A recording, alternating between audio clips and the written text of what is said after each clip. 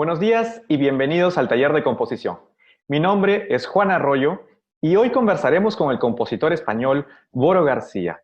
Pero antes de pasarle la palabra a Boro, les daré una breve reseña de su trabajo artístico.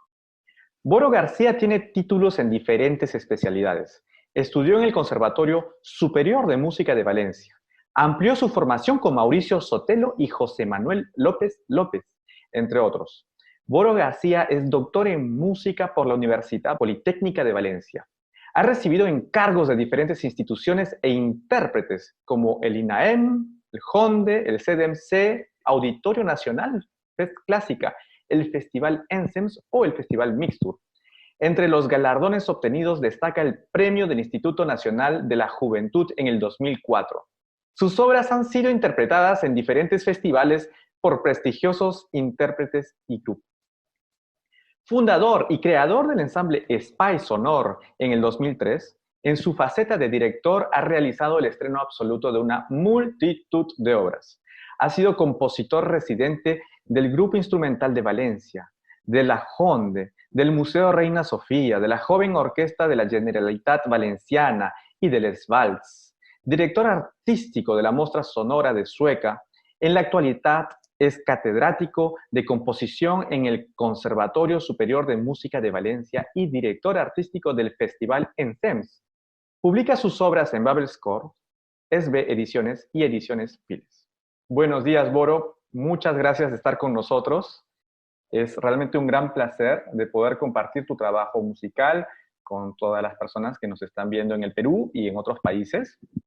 Y para comenzar, bueno, yo he tenido la fortuna de poder visitar en muchas ocasiones, desde hace muchos, muchos años, Valencia, ¿no? Y he participado en muchos eventos. Y esto me ha dejado una intriga porque después de tantos viajes y tantas experiencias me he dado cuenta que hay un entorno musical bastante rico. Es que ¿nos puedes comentar un poco sobre la realidad cultural valenciana? Bueno, en primer lugar, buenos días, Juan. Un placer estar con vosotros, un placer que me hayas invitado aquí para compartir contigo unos momentos. Y bueno, digamos que, bueno, tú conoces bastante bien la geografía valenciana, bueno, lo que es el circuito musical valenciano. Podríamos decir que en lo que es el circuito musical valenciano tenemos un alto potencial en lo que sería el apartado amateur, con todo ese entramado que nos dan las sociedades musicales, porque cada uno de los pueblos de aquí, Valencia, también de la provincia de Castellón, y cuando hablo de Valencia hablo de toda la comunidad valenciana, evidentemente, como mínimo tiene una sociedad musical con su banda de música, con su escuela de música, bien sea municipal, bien sea profesional, reglada o no reglada, incluso con diferentes agrupaciones musicales, bien sea big band, orquesta de cuerdas o grupos de metales, de clarinetes, es decir, que por lo que es el apartado amateur, la actividad es impresionante y tal vez difícil de comparar en cualquier región, no diría solo de España, sino incluso europea, ¿no? En ese sentido. Luego, digamos, en lo que es en el ámbito profesional, el que tú conoces, en el que, bueno, en cierta manera tú te referías en la presentación, digamos que por lo que respecta a la música de nueva creación, afortunadamente hay bastantes intérpretes tanto en solitario como en grupos con una cierta estabilidad que se interesan por la divulgación, por el trabajo, ¿no? Codo con codo con los compositores. Tú has trabajado con algunos de los grupos de por aquí. Y por otra parte, desde hace como un par de décadas, podríamos decir, o de un par de décadas hacia acá, aquí realmente existían dos festivales, digamos, potentes. Uno, el Festival de Música Contemporánea de Alicante, que desgraciadamente desapareció hace unos 10 años o una cosa así, con el cambio de dirección del CNDM, el Centro Nacional de la Difusión de la Música, que creyó oportuno prescindir del Festival de Música Contemporánea de Alicante, que se realizaba después del verano, en septiembre. Y luego el festival más decano de los que hay en España, que es el Festival Ensems, que este año cumple 42 ediciones.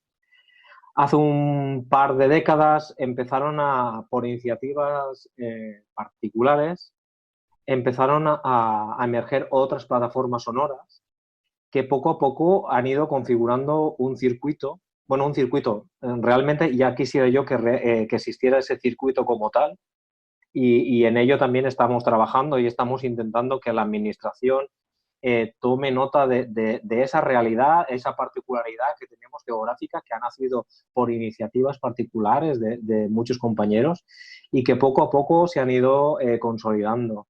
Bien sea la Mostra Sonora de Sueca, que lleva 16 ediciones con la actual, el festival Raffel Festival de Rafael Buñón, y ahora que lleva como 5 o 6 ediciones en Manises, Ultrasons en Castellón, Academia Synergen en Onda también Castellón, en Canals hay otro festival dedicado fundamentalmente, está en torno a la música de percusión, está centrado en lo que es la música de percusión. En Catarroja también hay un festival que se llama Percute, que además tiene un concurso de grupos de cámara y también hay como una especie de compositor residente que bueno, crea una obra para que se toque como obligada en el concurso de caja, etcétera. Bueno, en Javia también hay otro. Y digamos, gracias a esas iniciativas particulares y evidentemente también al apoyo que puedan haber tenido por parte de los gobiernos locales, de los ayuntamientos, han podido, bueno, tirar para adelante y afortunadamente ha sido como una bombona de oxígeno, porque con la primera crisis que se tuvo a partir del 2008 en adelante, si no se hubieran mantenido y florecido ese tipo de plataformas, lo que es la música de creación actual estaría bastante desasistida, ¿no? Porque quisiéramos que hubiera una normalización en la programación, en los grandes auditorios, pero hasta que eso no suceda, y creo que aún estamos a años luz de que eso suceda, al menos en España, y por lo que veo también incluso en muchos países europeos, ¿no? Se necesitan este tipo de plataformas, de festivales, para que tanto los compositores como los intérpretes puedan mostrar su trabajo. Pero es muy interesante en realidad el panorama valenciano, que además de todo lo que nos acabas de describir, se inscribe en una realidad cultural, hablando solamente de la música española, porque como lo has bien dicho, hay una entidad en España cuyo nombre es el CNDM. El Centro Nacional de la Difusión de la Música, haciendo un poco de crítica, te puedo decir que por primera vez en 42 años participará como hemos firmado un convenio con el Festival Ensems. Creo recordar que en 42 años, excepto con puntuales producciones, nunca había participado. Es decir, es cierto que el Centro Nacional para la Difusión de la Música en ciertas zonas geográficas viene a cubrir un poco de apoyo desde el Ministerio, pero como nacional entiendo que ese tipo de red debería de abarcar también a lo que es todo el arco mediterráneo y también al arco del norte, donde realmente los festivales que hay tanto en el País Vasco como pueda haber en Cantabria, como puedan haber en este momento en Cataluña o en Valencia, en ese sentido están un poco desamparados por lo que es el CNDM. No existe una red de festivales como tal.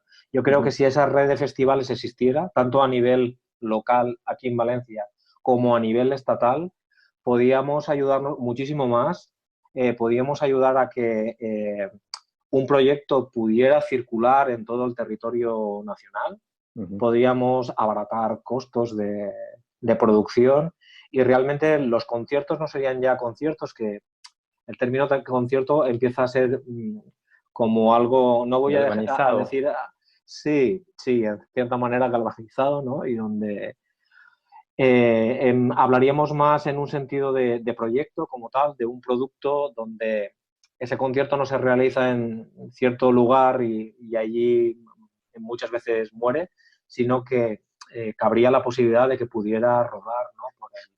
por el resto de territorio, ¿no? nacional. Y como lo has bien dicho, efectivamente, la unión o más o menos la organización común de una temporada así, efectivamente permitiría de repente proyectos más ambiciosos por justamente el compartir los costos, digamos, de la venida de algunas agrupaciones, de mantener algunos proyectos justamente que no solamente se dedican a la parte musical, sino también a la puesta en escena, ¿por qué no? A las luces o otros ámbitos. Pero en todo caso, es bueno saber que este año el CNDM está participando, entonces, si he entendido bien, Eso en sí. el Festival Ensems de Valencia. Y bueno, esperemos que esto continúe así y que así como sucede este año para el festival, que suceda también para el resto de España. Ahora pasemos a la música, porque hemos preparado escuchar justamente un concierto para corno francés que se llama Huellas Líquidas. Antes de pasar la obra, ¿podrías darnos algunos indicios de la obra? Bueno, te diría primero, en primer lugar, es un encargo de la Fundación SGAE, de la Fundación Autor. También decirte que cuando planteo este encargo, o sea, normalmente hay unas postulaciones a encargo que mandas a la fundación, mandan las orquestas a la fundación, en este caso la Orquesta de Valencia. Entonces, a mí me interesaba particularmente trabajar con corno francés, decís en el Perú, perdona, porque aquí decimos trompa, Sí, estábamos bueno, hablando. es verdad Sí. que puede cambiar el nombre, pero el instrumento es el mismo. El instrumento es el mismo. Bueno, con la solista de la Orquesta de Valencia, es una solista, bueno, de un nivel espectacular. Solo decirte que, por ejemplo, pues bueno, María ha estado invitada varias veces por la Filarmónica de Berlín, con lo cual yo creo que eso ya era bastante como para pensar que es una trompista excelente, una Claro. cornista excelente. ¿Por qué razón con María? Una, por esa calidad, otra porque, bueno, venía bastante tiempo dándole vueltas a una idea de trabajar y en cierta manera introducimos en lo que serían aspectos eh, precompositivos, ¿no? En trabajar en cómo trasladar o cómo llevar la técnica de la trompa natural. Me gusta bastante recuperar cuestiones ligadas con la tradición por cualquier tipo de aspecto, bien sea de estrategia compositiva o de tratamiento determinado o incluso relacionado con tradiciones populares, siempre, digamos, llevado a un contexto, bueno, a un descontexto o a otra contextualización, de trabajar, digamos, la técnica de la mano derecha de la trompa natural, del corno natural, a este trabajo. Eh, por otra parte, me interesaba trabajar con María porque siendo un cornista, una intérprete que no es habitual de programar música, digamos, de nueva creación, o sea, generalmente yo la he conocido trabajando, pues, bueno, músicas del 19, alguna cosa del 20, pero no. Pero también me interesa mucho esa relación muy próxima con el intérprete cada vez que tengo que trabajar. De hecho, tres, pero las dos piezas que veremos hoy, en cierta manera, nacen de esa relación directa, de ese trabajo directo con el intérprete. De tal manera que en el caso de María había que buscar un equilibrio, o debería de buscar yo un equilibrio entre aquello que quería hacer, pero aquello que también, en cierta manera, pues bueno, cuadrar con el traje de la propia intérprete, porque en definitiva iba a ser la transmisora de mi mensaje, ¿no? O de aquello que quería transmitir. Entonces, bueno, estuvimos trabajando durante mucho tiempo. Esta pieza tiene dos versiones, una para corno solo, corno francés solo, y luego está la versión con orquesta, que no deja de ser la misma versión de a solo, un poco alargada y luego con, bueno, interludios orquestales también para que en este caso la solista también, pues bueno, pueda descansar. Sabemos que los instrumentistas de metal también necesitan de esa oxigenación extra, ¿no? A diferencia a lo mejor de otros intérpretes, sobre todo cuando se les exige, bueno, un esfuerzo grande. Entonces, parto un poco de la idea bueno, de los contrastes o de las huellas de la memoria, en cierta manera, y generalmente en mis títulos siempre hay una referencia a aquello que vamos a ver en el discurso, ¿no?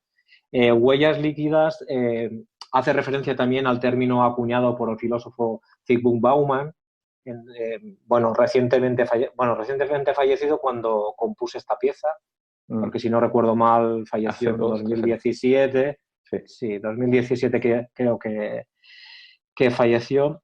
Pero me gustan esos contrastes, ese pensamiento que yo también lo relaciono con un pensamiento bastante próximo al pensamiento borgiano, al pensamiento incluso de Lorca, en torno a esas máscaras de las que hablaba Lorca, de esos diferentes yo's del individuo, Exacto.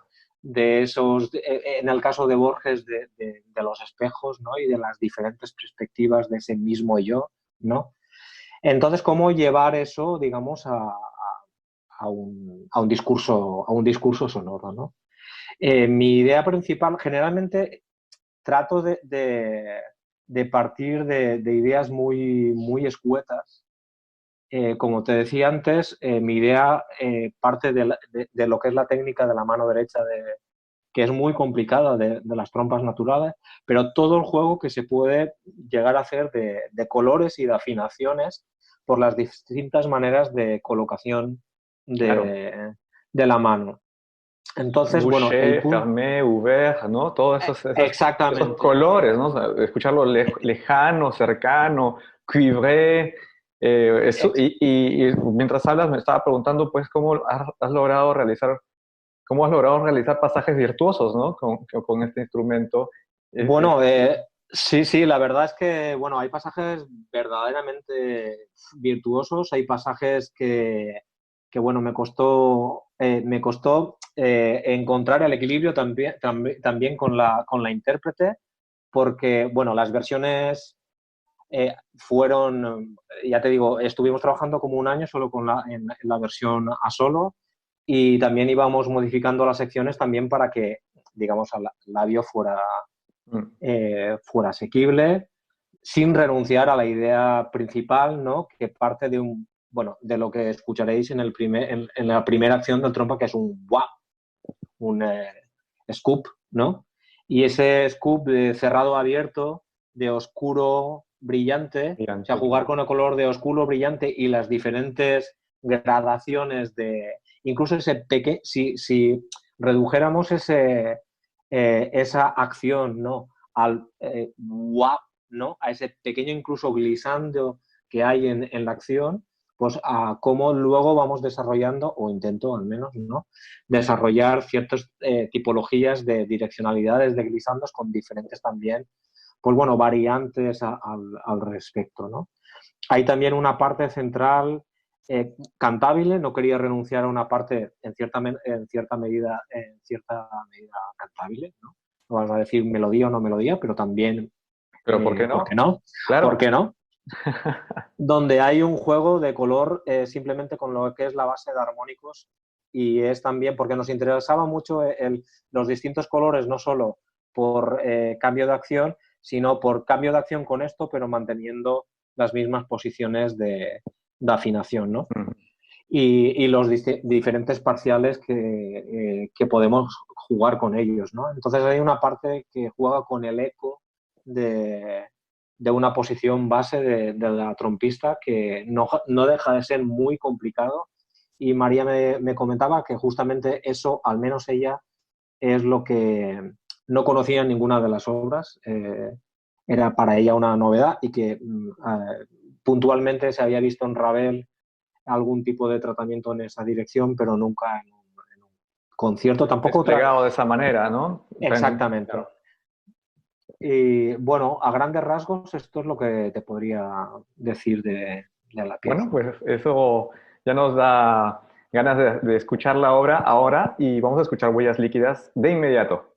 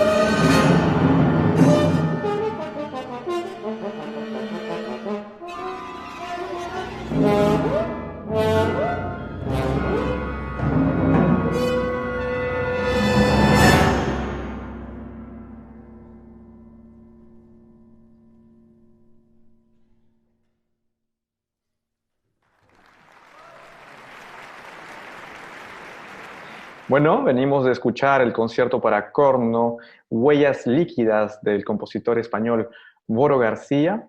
Dime, Boro, tengo entendido que además de tu trabajo de composición, tú desempeñas una labor fundamental como director del Festival de Música Contemporánea ENSEMS en Valencia. Dime, este trabajo de cercanía con la creación de otros autores y su programación, eh, ¿ha influenciado de cierta manera en tu trabajo personal de composición? Eh, Pienso que no. Digamos que llevo con 3 años con la dirección de ENSEMS.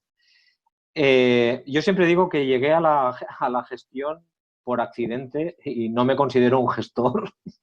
Quiero decir, en su momento, bueno, tomamos no sé si la responsabilidad o la irresponsabilidad de ocuparnos de la gestión de... Yo fundé la Mostra Sonora de Sueca hace 16 años. Ahí sí que hubo una iniciativa donde, a través del Ensemble Espai Sonor, que fundé también en 2003 junto a otros compañeros, pues bueno, presentamos un proyecto al Ayuntamiento de Sueca que creíamos que no iban a aceptar y nos encontramos con la sorpresa de que sí que aceptaron el proyecto y afortunadamente a día de hoy pues bueno, continúa abierto y espero que por muchísimos años, porque nos hace mucha falta que esas plataformas estén abiertas. Como director del Ensemble Espai Sonor, o sea, cuando dejé de, digamos, de tocar el instrumento, o sea, mi primer instrumento fue el trombón y el trombón ya no lo toco desde hace muchísimos años y casi mejor que no lo toque porque sería terrorífico, ¿no? Los colegas trombonistas. Bueno, pero digamos que esa necesidad, bromas un poco aparte, esa necesidad un poco de mantenerte en contacto con la interpretación, yo necesito un poco, así como la gestión no la necesito, te puedo asegurar que podría vivir perfectísimamente sin la gestión. Digamos que la faceta de compositor, por supuesto, ¿no? Pero de pedagogo, de profesor y de dirección, esas tres facetas sí que las necesito para nos encontrar como una especie de equilibrio. Mm. Entonces, digamos que la dirección sí que me ofrecía la posibilidad de pisar escenario, de vivir desde dentro, de crear un proyecto, de crear música con tus compañeros, con los músicos y participar, ¿no? de ese discurso sonoro desde dentro, ¿no?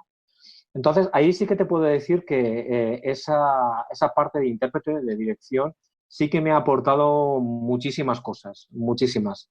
Te cambia muchísimas cosas la manera de a lo mejor enfocar, el hecho de cuando estás dirigiendo, pues bueno, ver los pros y los contras de a lo mejor ciertos planteamientos, cómo funcionan, cómo pueden no funcionar, o según qué los tiempos de ensayo, no tiempos de ensayo y esas cosas que forman parte, ¿no? de, del oficio de compositor, pero sobre todo el estrecho contacto con los intérpretes, eso sí que me ha aportado mucho y eso sí que puede que me haya de alguna manera dirigido a que bueno, de alguna manera mi manera de expresarme, mi manera de materializar el discurso sonoro pueda ser de una u otra. ¿Y cuál es tu proceso de creación? Una vez me encontré con un compositor, no lo voy a citar, pero que me dijo, yo compongo sobre todo por descartes, es decir, compongo todo después de haber descartado un montón de cosas, o sea, es lo que queda, es el residuo.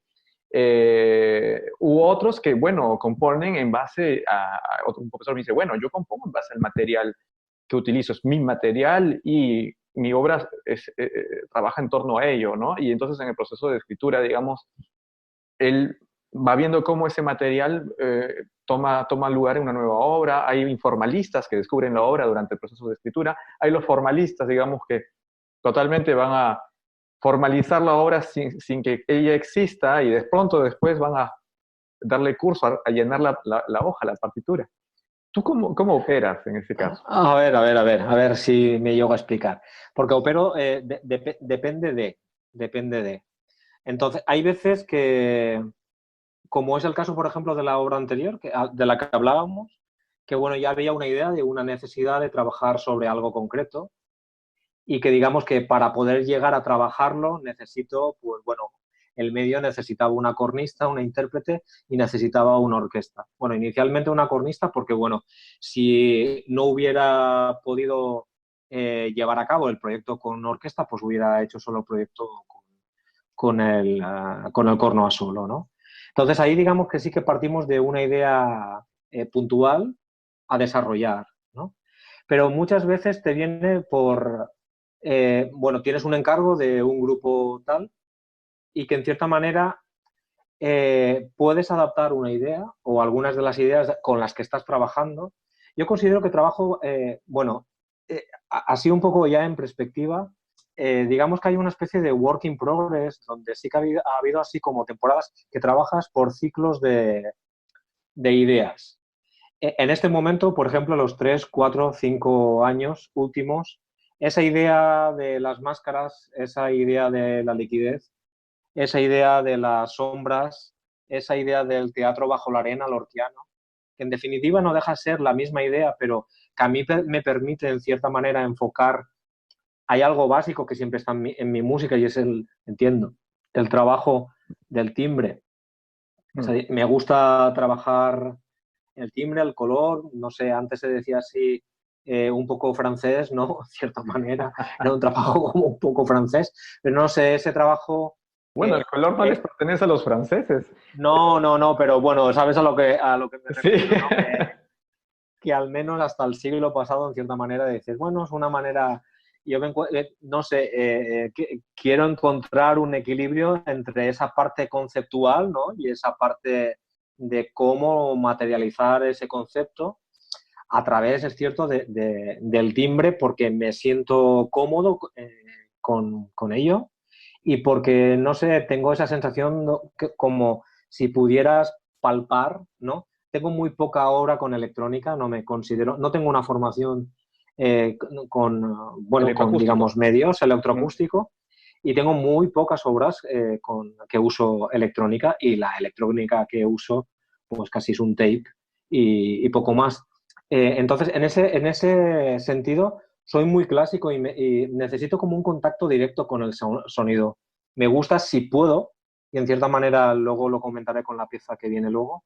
Me interesa incluso probar si se da la ocasión y si no, probarlo con el intérprete, probar yo mismo cómo poder materializar ciertos aspectos Hay una búsqueda, digamos, de la idea. con el instrumento mismo. Y esto Sí. nos lleva justamente a escuchar la próxima pieza, Huellas del Otro, y después conversaremos de ella. Así que Vale, buena muy escucha bien. a todos.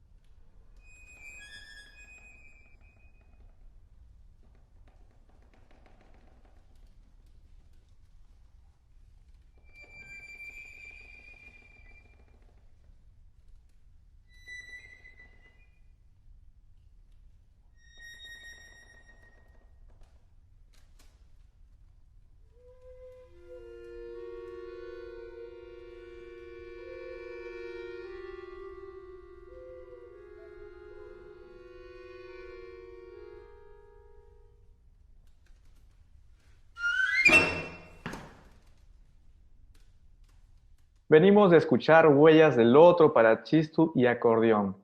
El chistu es un instrumento vasco y Boro la ha utilizado para este dúo, pero además, con mucha sinceridad, debo decir que el verdadero título de la obra no es Huellas del Otro, o sea, es la traducción al español de la obra, pero lamentablemente soy incapaz de decirlo en vasco, así que invito a Boro para que nos lo diga. El verdadero título en vasco, ¿cómo es, Boro?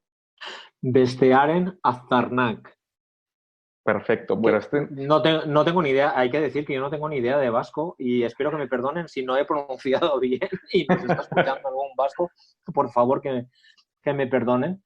Pero bueno, como en cierta manera el encargo es de una asociación vasca, creí también, además, tiene una biensonancia al título que, bueno, me parecía bien para utilizarlo en vasco y no en español. y dime, como nos comentabas previamente a la escucha de esta magnífica pieza, ¿has trabajado entonces con el chistu vasco, que es un flautín, digamos? Lo has, lo has manipulado? ¿Cómo has llegado a concebir esta obra? Buf, fue un parto complicado inicialmente. Esta obra bueno, digamos que por insistencia de la asociación Silvoberri Chistu Elkartea del País Vasco, es una asociación que en cierta manera promueven encargos. Inicialmente empezaron con encargos a gente local, gente del ámbito vasco, bien sea Javier Ercoreca, Ramón Lazcano, María Eugenia Luc, digamos, próximos conocedores del instrumento, porque querían que el instrumento, no sacarlo del ámbito popular, eso para nada, porque bueno, es un instrumento evidentemente popular, pero sí el empezar a crear un repertorio camerístico de chistu con banda, de chistu con orquesta, chistu acordeón, percusión, que son las formaciones con las que trabajan fundamentalmente la asociación. Y llevaban como unos 15, 18 años trabajando en un ámbito más regional y decidieron ampliar el ámbito me comentaba Maribel, que es en este momento la presidenta de la asociación, que no querían que se quedara en un ámbito local y querían extenderlo a compositores, al menos españoles. Pues bueno, sé que ha escrito César Camarero, sé que José María Sánchez Verdú creo que también o ha escrito o estaba en ello. Sé que a Alberto Posadas también le han propuesto. Es decir, empezaron bueno, a promover que otros compositores no vascos escribieran para este instrumento. Yo he de decir que en un primer momento dije, no conozco el instrumento. Ya para mí el acordeón, la primera vez que escribí para él, tardé mucho en escribir para acordeón porque es un instrumento que me representaba mucho respeto hasta que no tuviera un conocimiento lo más profundo posible del mismo. Entonces, con el chistu, pues bueno, nada, un instrumento así, ¿no? Con tres agujeros y un agujero aquí y tal. Y luego escuchas música y dices, ¿y lo que se puede hacer con este bicho, no? Y tal, no sé qué. Bueno, iba dejando pasar el tiempo, no dando largas por dar largas, sino una también porque afortunadamente tenía otros encargos y comprometidos y no me podía meter. Pero bueno, un día me llama Maribel y me dice, oye, bueno, ¿cómo tienes esto? Y yo digo, uff, Maribel, aún, mira, no puedo tal. Mira, si la obra la compones, la podemos estrenar en la quincena del año próximo, en San Sebastián. Y ya fue como, vale, de acuerdo, ya hay un deadline, hay una fecha, entonces, bueno, y es lo que le comenté. Yo generalmente, y sobre todo cuando es un instrumento que no conoces, mira, yo necesito trabajar con el chistulari, eso para empezar.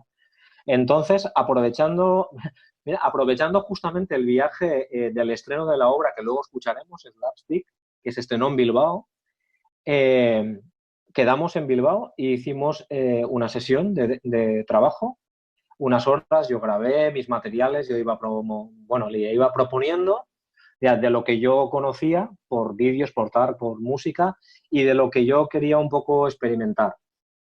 Entonces, te he de decir que ha sido una de las experiencias más maravillosas, también la de la trompista, que he tenido, más prolongadas en el tiempo, pero luego que, sobre todo desde un punto de vista humano, y bueno, la obra está ahí, podrá gustar más o no, estoy relativamente satisfecho con ella, pero sobre todo de ese trabajo directo con el Chistulari y sobre todo con esa relación personal que luego queda, estoy muy, muy, muy contento con ella. Después de tener esta sesión de trabajo con él, digo, esto sería ideal, la verdad, es poder trabajar un poco más y no pasa nada. Te mando un chistu. Ah, Te mando un chistu a Valencia. Y me mandaron un chistu a Valencia y estuve yo probando con el chistu, que claro, pues bueno, sobre todo también para ver la técnica y yo muchas veces me planteaba, joder, yo no sé cómo pueden llegar con esa velocidad a hacer ciertas cosas, ¿no? Y he de decir que con Aitor había un constante diálogo, ¿no? De prueba esto. Y Aitor siempre ha sido una de esas personas que dice, oye, Boro, nunca te voy a decir que no, siempre tal, y luego si no pudiera, entonces ya modificaríamos o no.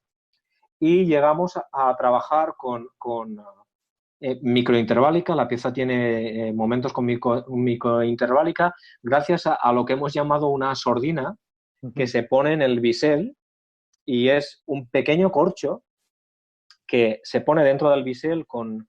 Él le pone como una especie de varilla que puede jugar con la mano, la puede jugar tanto para quitarla como para modificar la posición del bisel y ahí puede jugar con pequeñas calidades de sonido. Además, el chistu es un instrumento muy explosivo en el agudo. Además, si no le metes, es imposible sacar esos agudos. Entonces, para restarle y para equilibrar también con el acordeón, para buscar unos balances adecuados, era el trabajar con la sordina te permitía, pues bueno, además de sacar el ciertos colores empaste. y empastar, entiendo que, bueno, que mejor, ¿no? Que si no lo hubiéramos hecho. Ahora vamos a pasar a un género mítico, al género cuarteto de cuerdas, y vamos a escuchar Slapsticks, tocado por el mágico Cuarteto Tana, el cuarteto francés que estrenó esto, si tengo bien entendido, en Bilbao. Así En que Bilbao, así les es. dejamos escuchar y después conversamos.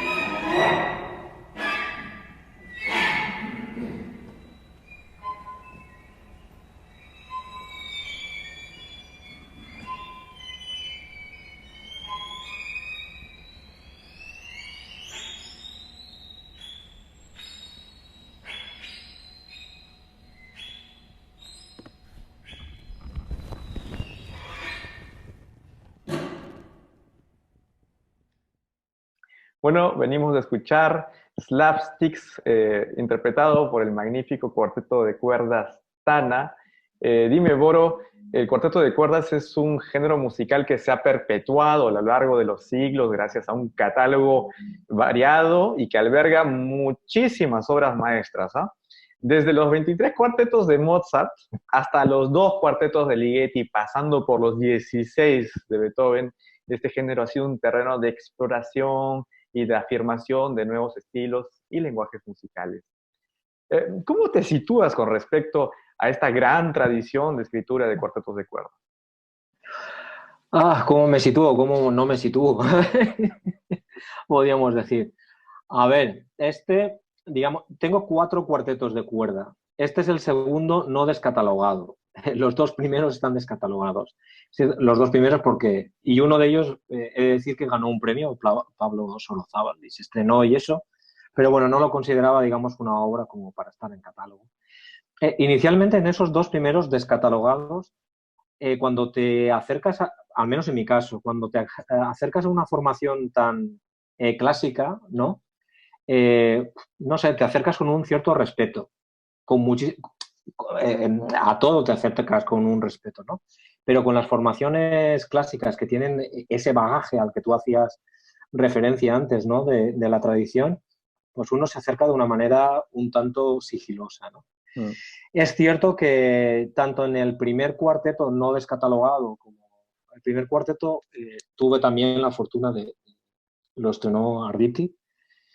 Y este cuarteto, digamos que me he acercado al cuarteto de cuerda, o al menos lo he tratado de hacerlo así, como un único instrumento, digamos, como no un instrumento, digamos, con un tratamiento tradicional en cuanto, digamos, los roles, digamos, más tradicionales, pues, aunque valga la redundancia, ¿no?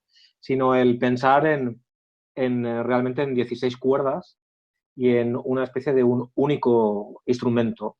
Eso me ha llevado que, en cierta manera, también ligaba bastante al, digamos, al tipo de repertorio que Tana hasta hace unos años al menos estaba abordando más, ¿no? Que era el trabajo de masa y textura que a mí, bueno, siempre también me ha gustado, ¿no? Ese tipo de trabajo. Y dime, bueno, esta es una de tus obras recientes, y ¿nos podrías comentar en qué estás trabajando ahora? Pues en este momento terminé una obra, bueno, una parte de obra porque van a ser unos estudios para, bueno, inicialmente para timbales, pero seguramente van a ser para timbal. Al menos esta primera ha sido para timbal solo, para Miquel Bernat. Ahora en este momento estoy trabajando en música para una película de Buster Keaton, justamente, de Playhouse. Sí, curiosamente, esto llegó, no tiene nada que ver, porque ha llevado, bueno, la propuesta del año pasado. Quiero decir que en cierta manera estaba años luz, no años luz, pero 2, 3 años después de trabajar con Tana. También paralelamente con un proyecto con Ricardo Capellino para saxofón bajo. Y bueno, ahí sí que va a haber, pues bueno, lo de casi siempre, ¿no? Un trabajo directo en este caso, mi colega, pues bueno, tengo una proximidad con él, así que podemos trabajar Claro, ustedes llevan con trabajando ya mucha, bastante tiempo juntos. claro, con mucha cercanía. Excelente. Eh, Luego tengo un proyecto para el año que viene, para Próxima, Centauri con Próximo MX, un Centauri, el grupo ensamble francés que está, exactamente de bueno, Burdeos. está en Burdeos, efectivamente. Excelente, un muy, muy buen ensamble francés. Junto con MX, con un grupo, o sea, es un proyecto europeo que bueno, va a rodar por diferentes plataformas europeas y se juntan MX, el grupo de Colonia, junto con Próxima Centauri y nada, volveré un poco, en cierta manera, al mundo lorquiano que me refería antes, al teatro bajo la arena, a esas máscaras de las que hablaba Lorca en su obra Público. Y eso es lo que se puede contar hasta ahora. Hay otros, sí. Pues Afortunadamente hay excelente. otras cosas bueno, que espero que se terminen de cerrar para más adelante. Pues realmente Muchas gracias, Boro, por todas las referencias que nos has podido dar para poder comprender mejor tu obra, por tu música, por estar con nosotros hoy y compartir tu música con nosotros. Y estimados amigos, bueno, hemos llegado lamentablemente al final de este programa y les digo a Muchísimas todos, gracias a vosotros, un placer, ¿eh? y les digo a todos hasta la próxima semana.